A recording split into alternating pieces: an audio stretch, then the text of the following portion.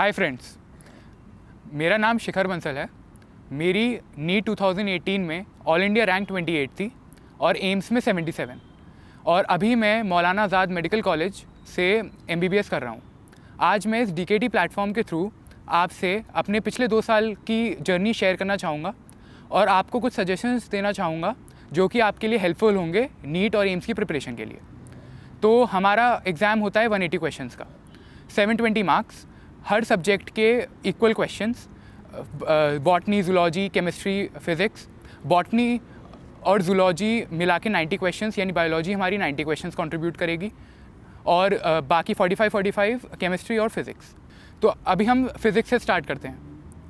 Physics एक ऐसा subject है जिससे ज़्यादातर मेडिकल स्टूडेंट्स डरते हैं। कई ऐसे होते हैं जिन लोगों ने इंजीनियरिंग छोड़ के मेडिकल की तरफ इसलिए आए होते हैं क्योंकि उनकी फ़िज़िक्स और केमिस्ट्री और ये मैथ्स अच्छी नहीं होती। तो मैं यही बताना चाहूँगा कि मेडिकल एस्पिरेंट्स को फ़िज़िक्स से डरने की बिल्कुल ज़रूरत नहीं है। फ़िज़िक्स अगर समझ के पढ़ी जाए तो मेडिकल की फ़िज़िक्स बहुत ही आसान आती है और आप आसानी से 45 में से 40 क्वेश्चंस अराउंड आप ठीक कर सकते हो। उसके लिए करना क्या है, जैसे आप कोई भी अपनी बुक पढ़ो, जैसे मेनली हम NCERT फॉलो करते हैं अपने नीट प्रिपरेशन के लिए, तो आप NCERT पढ़ो।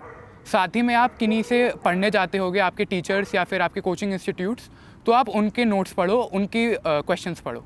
तो उसमें आपने जब एक बार कंसेप्ट्स अपने क्लियर करके पढ़ लिए हैं, आपने अच्छे से थ्योरी पढ़ ली है, तो उसके बाद आप क्वेश्चंस करने चालू करो।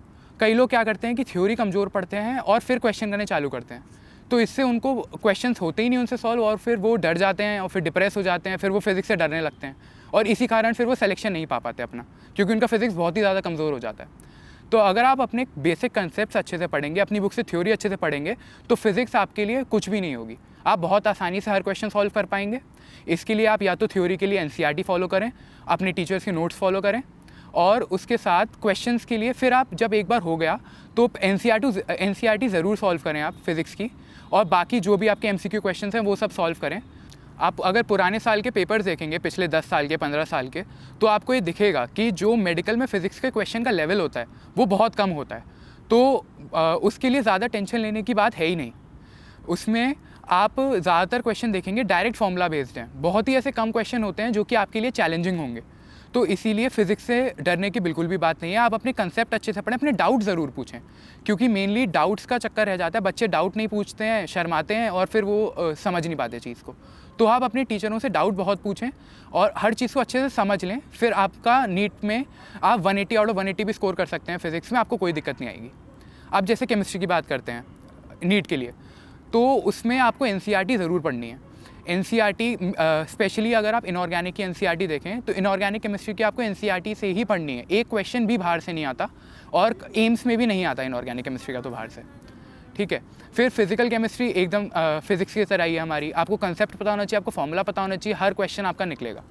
कुछ ज़्यादा नए क्वेश्चन नहीं आते, या तो कंसेप्ट जो होगा प्रीवियस ईयर पेपर जो है उन्हीं को आप सॉल्व करोगे, उसी का रिपीटेड होगा। जो कंसेप्ट होगा एकदम ऐसे हो सकता है कि एकदम एग्जैक्ट क्वेश्चन रिपीट ना हो, लेकिन कंसेप्ट उसी का रिपीट होगा। फिर ऑर्गेनिक केमिस्ट्री, ये काफ़ी टफ रहता है, मतलब ये सबसे ज़्यादा टफ सेक्शन जो होता है केमिस्ट्री का वो ऑर्गेनिक केमिस्ट्री होता है। इसके लिए भी वही फंडा सिंपल है, अपना फंडा सेम और सिंपल रखना है, क्वेश्चंस के पीछे ज़्यादा नहीं भागना। थ्योरी अपनी आप समझ के पढ़ो, NCERT पूरी सॉल्व करो, उसके एग्जांपल्स पूरे सॉल्व करो, आपके सारे एम्स और नीट के क्वेश्चन बहुत आराम से सॉल्व होंगे केमिस्ट्री में। इसके अलावा MCQ के लिए अगर आप चाहें तो आप अपना कोचिंग तो सॉल्व करेंगे ही, प्रीवियस ईयर क्वेश्चन सॉल्व करेंगे, वो ज़रूर करें। और इसके साथ इनऑर्गेनिक केमिस्ट्री में तो क्वेश्चन और करने की ज़रूरत है नहीं, बस आपको ये है कि कितना आप याद रख सकते हो। ऑर्गेनिक केमिस्ट्री में आप बालाजी पब्लिकेशंस की बुक्स यूज़ कर सकते हैं और जो N अवस्थी बुक आप यूज़ कर सकते हैं फिज़िकल केमिस्ट्री के लिए। बाकी बायोलॉजी में आपको कुछ नहीं करना, बहुत सिंपल आता है नीट का बायोलॉजी। बस आपको अपनी NCERT कवर होनी चाहिए। NCERT आपको word to word, line to line आनी चाहिए, सारे डायग्राम्स आने चाहिए, उसके नीचे सब लेबलिंग और पूरा A to Z आपको NCERT आना चाहिए, स्टार्टिंग से लेकर एंड तक, दोनों साल का, 11th और 12th दोनों का। तो उससे आपका बायो बहुत आसानी से सॉल्व होगा, आपको ज़्यादा क्वेश्चन सॉल्व करने की भी ज़रूरत नहीं है। फिज़िक्स के लिए आप अगर MCQ के लिए चाहें तो DC पांडे बुक फॉलो कर सकते हैं, वो अच्छी बुक है, तो आपके लिए ये काम हो जाएगा। फिर एम्स के लिए भी हमारी जो प्रिपरेशन है वो स्ट्रैटेजी सेम ही रहती है, क्योंकि एम्स एक ऐसा एग्ज़ाम है 4 शिफ्ट्स में होता है, तो उसमें लक का भी बहुत थोड़ा इफेक्ट पड़ जाता है। तो इसलिए आपकी जो मेन तैयारी है वो हमेशा नीट के लिए ही होती है। लेकिन फिर होता है कि आप 20 दिन में एक्स्ट्रा एम्स में कितना एफर्ट डाल दो और आप फिर हम एम्स की रैंक निकाल दो। उसके लिए आपको मेनली क्या करना है, बाकी सब तो हमारे सब्जेक्ट सेम है, 2 सब्जेक्ट एक्स्ट्रा है हमारे पास, एक जीके आया, एक मेंटल एबिलिटी आया। तो मेंटल एबिलिटी आप चाहें तो प्रैक्टिस कर सकते हैं, यूजुअली काफ़ी इजी आता है एम्स का मेंटल एबिलिटी। लेकिन इस साल जो मेरा पेपर था 2018 का, इसमें मेंटल एबिलिटी का भी जो लेवल था काफ़ी अच्छा था।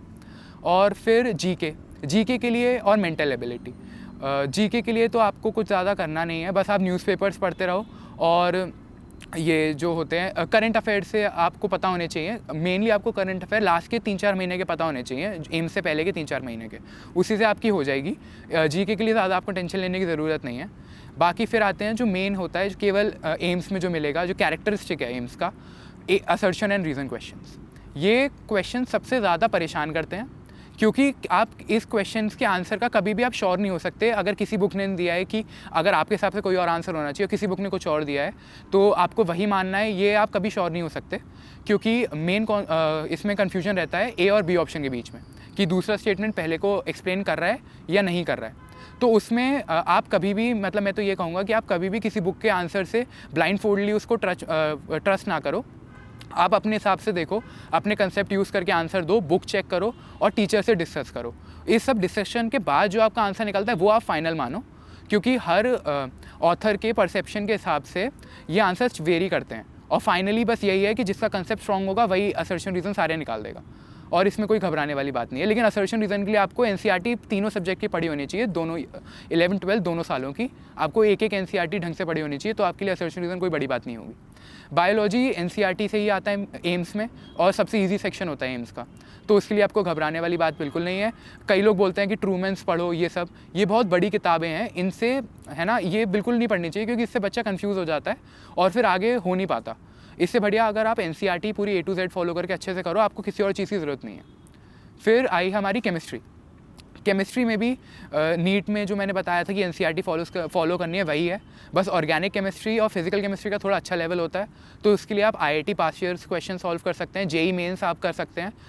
जेई मेंस का जो उसी साल आपका पेपर होगा, जैसे अभी मेरा 2018 में हुआ था पेपर, तो इसी साल जो जेई मेंस का पेपर हुआ था वो मैंने सॉल्व किया था। वो सॉल्व कर सकते हैं एक आइडिया लेने के लिए कि कैसा है आपका प्रिपरेशन और कैसे लेवल पूछा है क्वेश्चंस का, और वो आप आराम से कर लेंगे अगर आपने कंसेप्ट अच्छे से पढ़े रखे होंगे तो ऑर्गेनिक केमिस्ट्री के लिए बाकी वही जो मैंने बताया था, MS चौहान एक किताब आती है, उसका अच्छा खासा लेवल है, आप वो सॉल्व कर सकते हैं। लेकिन ये सब तभी करना है जब आप पे टाइम हो, मेन आपको अपने कंसेप्ट आने चाहिए अच्छे से।